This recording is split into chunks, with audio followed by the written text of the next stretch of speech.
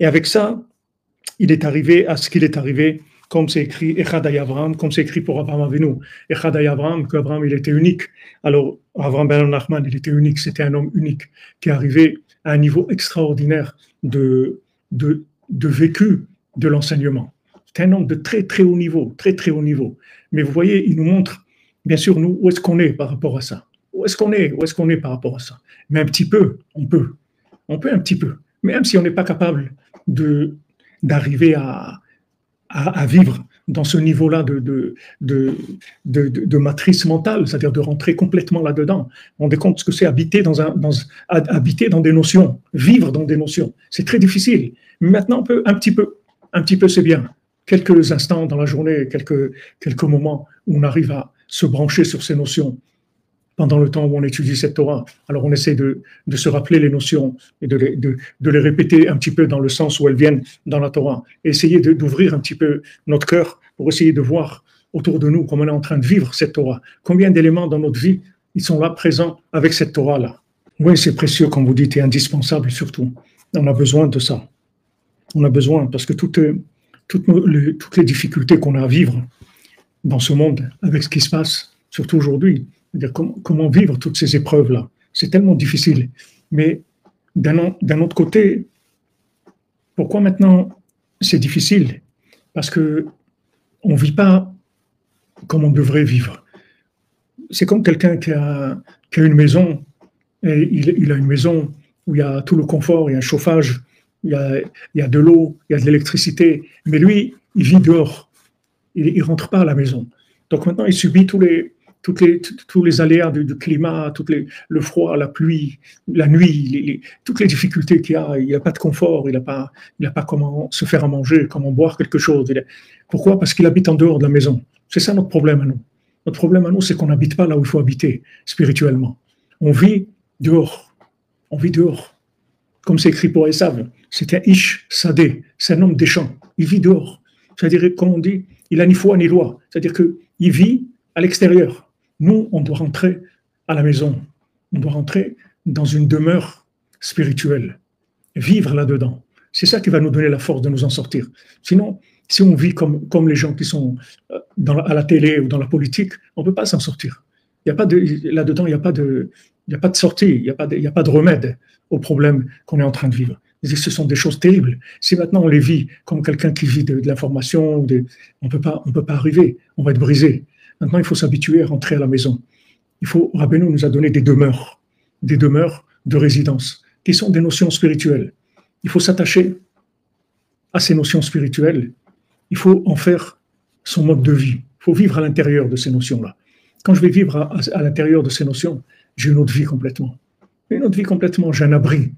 Je suis protégé de tout ce qui se passe à l'extérieur.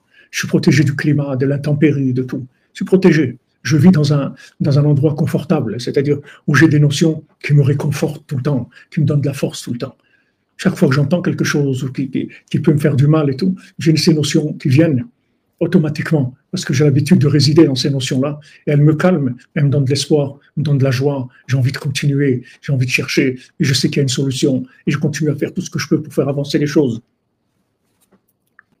C'est ça, si vous voulez, l'héritage spirituel qui nous laisse, Avraham ben Nachman, qui nous a laissé, c'est comment on l'utilise. On a, Hachem, voilà, il y a le Likutei Moharan, il y a le Likutei Tfilot, il y a Sipurei Maasiyot, il y a tout ça, ce sont des remèdes de l'âme. Ce sont des remèdes qui sont d'un niveau extrêmement élevé. Comment on utilise ces remèdes-là? On les donne une méthode. Comment utiliser ces remèdes? Comment faire pour que ces remèdes-là, ils agissent sur moi? C'est pas uniquement de connaître des choses. C'est pas de connaître des choses. Bien que ça, c'est la méthode que Rabbeinu aussi donne, de bien connaître l'Likutei Moharan, de le finir, de recommencer rapidement. Il y a des gens qui font 2 pages par jour, alors ils le finissent tous les 6 mois, ils recommencent pour connaître un petit peu, fréquenter ces notions. Mais il y a l'approfondissement, c'est-à-dire vivre avec ces notions-là, vivre dans ces notions-là, en faire sa principale adresse de résidence mentale et spirituelle. C'est comme ça qu'on s'en sort. Exactement, Jean-Luc. Ils rentrèrent chez eux. Rentrer à la maison, c'est tout. Rentre à la maison. Baruch Hashem, il y a des belles maisons. Rabbeinu, il a construit des maisons extraordinaires pour tout le monde. Tout le monde a où résider, où réchauffer son cœur, où se sentir bien, ou avoir de la joie, ou se sentir dorloté par le tzaddik. Il faut juste rentrer dedans. Il faut vivre dedans. Il ne faut pas rester dehors et utiliser ces notions-là comme quelqu'un qui est extérieur. Il faut en faire sa demeure. Et à ce moment-là, ça agit, ça fait un autre effet complètement dans notre vie.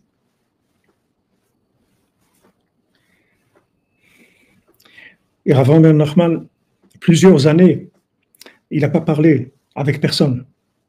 Plusieurs années, il est resté complètement muet, il parlait avec personne. Il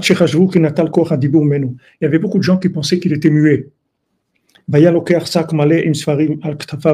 il prenait un sac avec plein de livres sur ses épaules, avec plusieurs pains. Et il sortait Motzei Shabbat de chez lui, vers la forêt, près d'une rivière. Et là-bas, il restait jusqu'au vendredi d'après. Et comme ça, il a fait plusieurs années entières. Là-bas, il a écrit les livres tous ces livres, ils étaient trempés dans beaucoup d'idbodé doutes, beaucoup de discussions avec Dieu. Et il a versé beaucoup de larmes sur tout ce qu'il a écrit, jusqu'à qu'il avait toujours les yeux enflés, tellement il pleurait. C'est pas des choses qu'il a écrites, c'est pas des discours intellectuels. Ce sont tous des textes qui sont venus avec des larmes, avec un attachement profond à Hachem, avec beaucoup de prières, beaucoup de recherches, beaucoup d'approfondissement. C'est de là qu'il a sorti ses enseignements. Nous, ce qu'on doit essayer, c'est le plus possible de s'imprégner d'un enseignement de manière à ce que ça soit une matrice de vie pour nous. À quel endroit, on l'a vu, Arié, quel endroit c'était là, on l'a vu hier ou avant-hier, c'était dans une Torah, dans une forêt, qui avait à l'entrée d'Ouman, il y avait une forêt qui s'appelait la forêt de Grekov. Et on a vu que les tzadikim, ils connaissaient cette forêt-là. Même les élèves du Baal Shem Tov, ils connaissaient cette forêt. C'est là où il a passé la plupart de son temps, Rav Ben Nachman, au moins une vingtaine d'années. Il a passé des semaines entières dans cette forêt-là. Et je vous rappelle ce qu'on avait vu, c'est que Rav Ben Nachman, bien qu'il a passé des 20 ans au moins dans la forêt depuis la fin du Shabbat jusqu'à la veille du Shabbat à venir, il a dit à la fin de sa vie, s'il avait su la grandeur du tombeau de Rabbeinu, la grandeur du tombeau de Rabbeinu à Ouman, il n'aurait pas passé le temps dans la forêt, il aurait passé tout le temps sur la tombe de Rabbeinu. Il a mis une vie entière pour se rendre compte de la grandeur de ce que représente la tombe de Rabbeinu. Que son mérite nous accompagne, qui prie pour nous, prie pour la cordonnerie, prie pour tout l'homme Israël, prie pour l'humanité, de sortir l'humanité de sa folie, sortir le monde de la folie, pour que les gens commencent à dialoguer avec Dieu, à croire en Dieu, à parler avec Dieu, à vivre avec Dieu. Bezrat Hashem.